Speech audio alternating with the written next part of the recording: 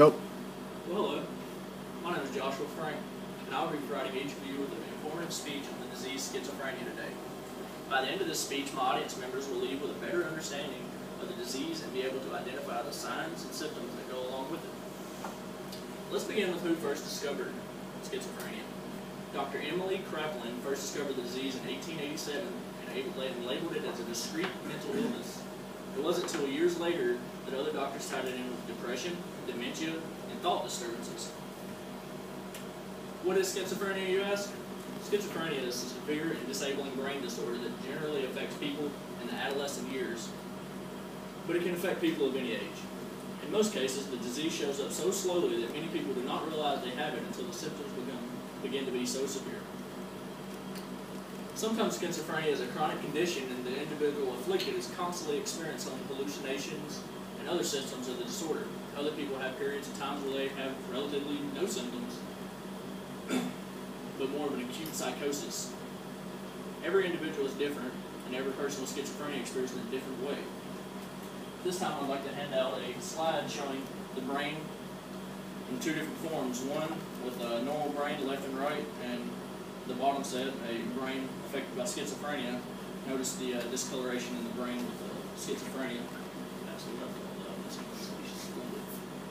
The disease only affects about 1% of the population, and it comes from the Greek word meaning schizen, or to split, the other Greek word meaning phren, the diaphragm, heart, and mind.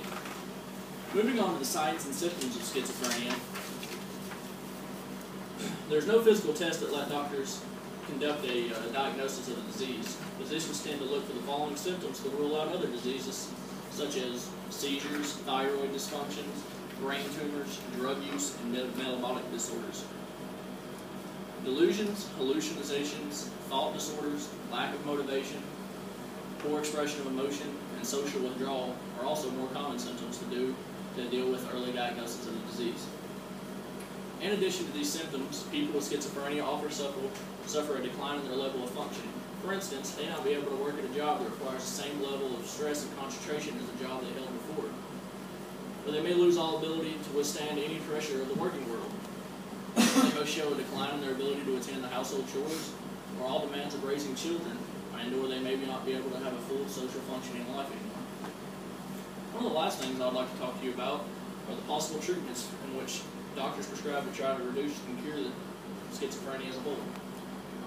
The rehabilitation process generally involves drugs used for psychosis and anxiety. This is because it is more than one just disease in itself. It is a mood and thought disorder, as well as anxiety and dementia. The most common prescription drugs used to treat schizophrenia are olanzapine and Seroquel. All of the drugs have the same effect, but on different people respectively. They all reduce anxiety and limiting other symptoms. Some famous people throughout history who have suffered from the disease include Dr. John Nash Forbes. Dr. Nash was a Nobel Prize winning mathematician who began suffering from delusions. He was later diagnosed with schizophrenia and eventually was arrested by federal agents.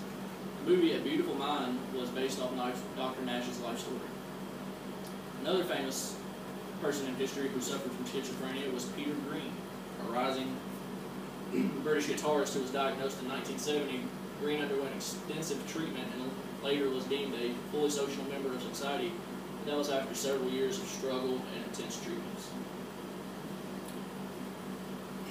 Okay, today I went over the first person to diagnose schizophrenia, an explanation of what schizophrenia actually is, the signs and symptoms of the disease, possible treatments of the disease, and finally famous people throughout history who suffered from schizophrenia. I hope that everyone got something from today's brief and can better understand the severity of the disease and be able to identify the signs and symptoms of schizophrenia. Thank you all for your attendance and have a great rest of your day.